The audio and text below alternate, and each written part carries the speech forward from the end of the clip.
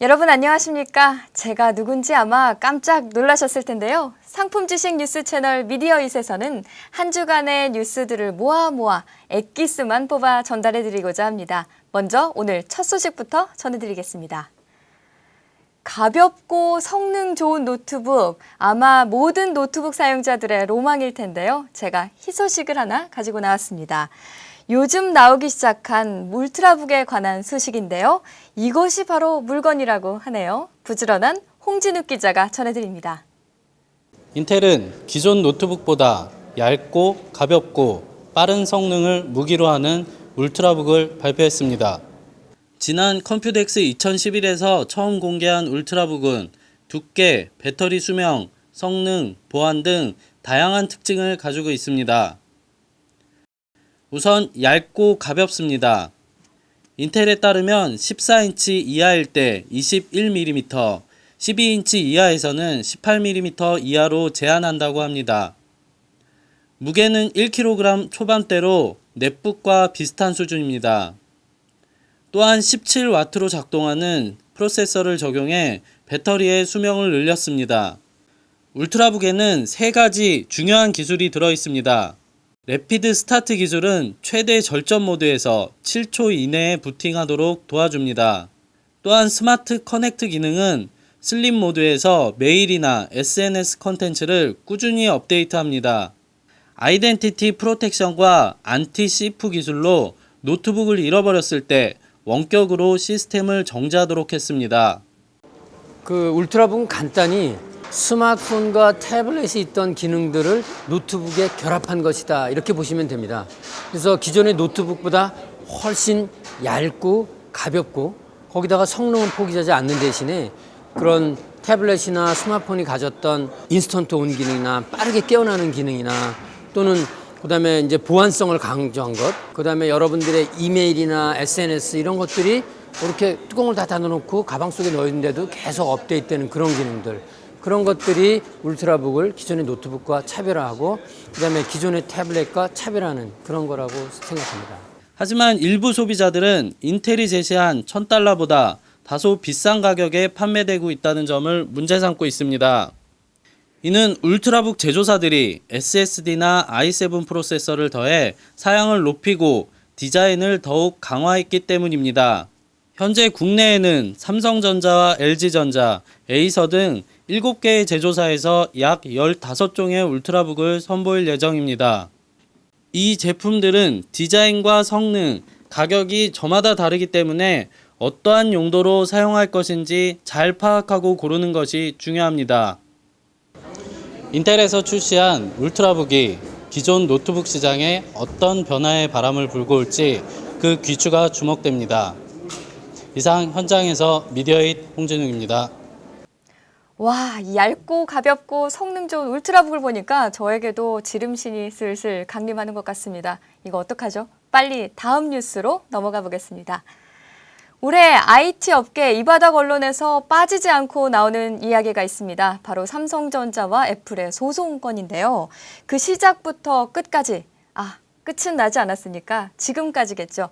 시작부터 지금까지를 하경화 기자가 쭉 짚어봤습니다. 세계 각국에서 벌어지고 있는 삼성전자와 애플의 특허 전쟁이 날로 치열해지고 있습니다. 12월 현재 한국과 미국을 포함해 총 9개국에서 소송을 진행 중에 있는데요. 지난 4월 15일 애플이 삼성전자의 갤럭시 S와 갤럭시 탭의 디자인이 자사 제품을 모방했다며 미국의 한 지방법원에 소장을 제출한 것이 이 사건의 시초입니다. 삼성전자는 애플의 첫 제소 후 일주일도 되지 않아 애플이 오히려 자사의 기술을 도용했다며 한국, 일본, 독일 법원에 총 10건의 피해 사례를 제소했습니다. 그 뒤 이 두 회사의 특허 전쟁은 전 세계로 확대됐습니다. 현재 제소된 특허 소송에 대해 판결이 내려진 나라는 모두 5개국입니다. 독일은 제일 먼저 애플의 손을 들어주며 갤럭시 탭 10.1에 대한 판매 금지 처분을 내렸습니다. 하지만 그 뒤에 삼성전자의 항소로 열린 재심에서 판매 금지 범위를 유럽 전체에서 독일로 한정시키는 이례적인 판결을 했습니다. 지난 8월엔 네덜란드 법원에서 갤럭시 S를 비롯한 세 종류의 스마트폰 판매 금지 결정이 내려졌습니다. 이어 10월에는 호주에서 갤럭시 탭 10.1의 판매 금지가 결정됐습니다. 10월 중순에는 네덜란드 법원이 삼성전자의 애플 아이폰 판매 금지 가처분 소송을 기각했습니다. 이때까지는 애플이 4연승을 거두며 특허 전쟁의 주도권을 잡은 것으로 보였습니다. 그러나 지난달에 호주 연방법원이 항소심에서 삼성의 손을 들어주며 상황이 바뀌기 시작했습니다. 12월에는 애플의 본국인 미국에서 법원이 애플의 판매 금지 가처분 신청을 기각하면서 또다시 삼성의 승리를 판결했습니다. 이후에도 상황은 계속 역전을 거듭했습니다. 프랑스 법원은 삼성전자의 가처분 신청을 기각했으며 그 다음 날에는 호주 법원이 애플의 소송을 기각했습니다. 애플의 우세로 시작한 특허 전쟁. 그러나 이제 법원의 가처분 결과만을 보면 양사의 승패를 전혀 가늠할 수 없는 새로운 국면에 접어들었습니다. 실제 판매 금지를 시행하고 있는 독일의 경우 삼성이 디자인을 바꾼 제품을 출시해 판매를 이어가고 있습니다. 또한 프랑스와 호주에서 양사가 제기한 판매 금지 가처분 소송이 잇따라 기각되면서 사실상 소송은 제자리 걸음 상태입니다.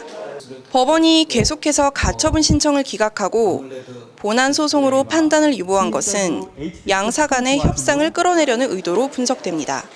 하지만 현지 시간으로 지난 10일 애플은 특허권 보유를 전문으로 하는 기업에게 특허권을 대거 양도했는데요. 이것은 결국 애플이 특허 전쟁에서 발을 빼 기업 이미지는 지키고 더 공격적인 특허 소송전에 나서지 않겠느냐는 전략으로 풀이됩니다. 새로운 국면에 접어든 삼성전자와 애플의 특허 분쟁이 해를 넘기면서 어떻게 진행이 될지 관심이 주목됩니다. 미디어잇 하경아입니다. 네, 이 두 회사 간의 소송 마치 기차의 선로처럼 평행선을 달리고 있는데요. 기차는 종착역이 있게 마련인데 이 싸움은 언제까지 가게 될지 참 궁금합니다. 다음은 그 밖에 또 어떤 소식들이 있었는지 간추린 소식 전해드립니다. 올 한 해 삼성전자 휴대폰 출하량이 3억 대를 돌파했습니다. 이는 하루 82만 대, 일초에 9대 이상을 생산한 것인데요. 세계 시장에서는 노키아에 이어 두 번째, 국내에서는 처음이라고 합니다. 삼성전자는 고급 디자인과 첨단 기술을 앞세워 다양한 히트 모델을 선보였기 때문이라고 자랑했습니다. LG전자가 프라다폰 3.0을 영국 런던에서 공개했습니다. 프라다 고유 패턴인 사피아노 문양을 적용했고 두께는 8.8mm입니다. 또 안드로이드 2.3 진저브레드 운영체제에 1GHz 듀얼코어 CPU를 달았습니다. 프라다답게 깔끔하고 세련된 디자인이 눈에 띄네요. 스마트폰용 모음 촬영 애플리케이션이 범죄 도구로 악용되고 있습니다. 일본 경찰청은 작년 일본 전역에서 적발된 도찰 범죄가 1,700여 건에 이르며 이 중 약 30%가 스마트폰 앱을 이용했다고 전했습니다.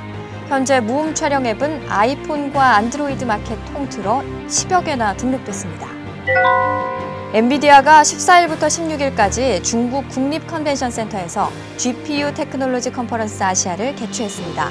이번 행사에서는 GPU 기술 진화와 이를 이용한 고성능 컴퓨팅의 발전에 대해 소개했습니다. 시게이트가 모멘터스 XT 2세대를 발표했습니다.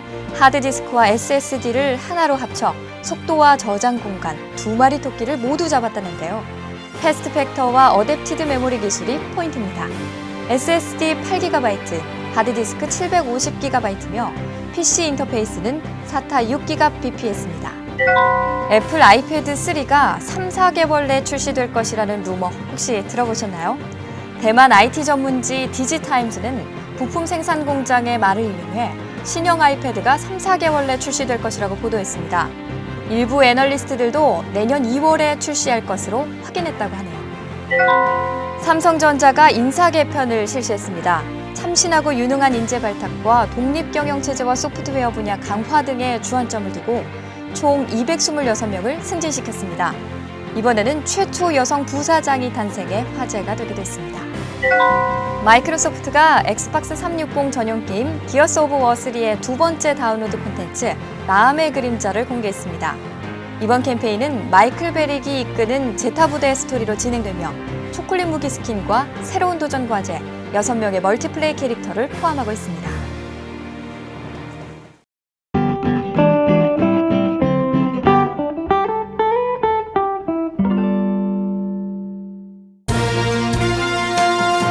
HTC는 오디오 성능을 강화한 센세이션 XL을 발표했습니다.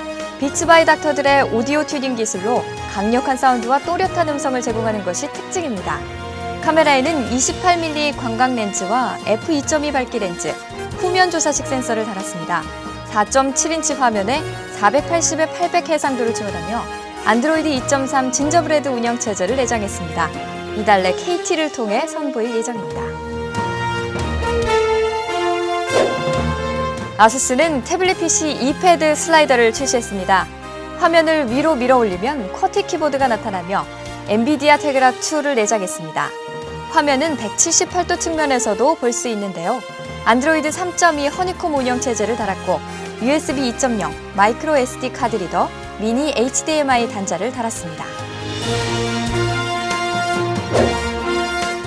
영국 하이엔드 이어폰 전문 브랜드 아토믹 플로이드가 통화 기능을 더한 커널형 이어폰을 출시했습니다. 이 제품은 스틸, 티타늄 등 첨단 소재로 만들었으며 케이블은 열정을 표현하기 위해 빨간색으로 만들었습니다. Y타입 케이블의 가운데에 마이크를 달았습니다. 네, 오늘 준비한 소식은 여기까지입니다. 벌써 다음 주면 크리스마스가 기다리고 있는데요. 커플들은 참 좋겠지만 저 같은 솔로는 어떻게 하면 좋을까요? 뭐 할 수 없습니다. 여러분들을 위해서 제가 한 주간 올 한 해 이슈들을 분야별로 정리해 오도록 하겠습니다. 다음 주도 많이 기대해 주시기 바랍니다. 오늘 함께해 주신 여러분 고맙습니다.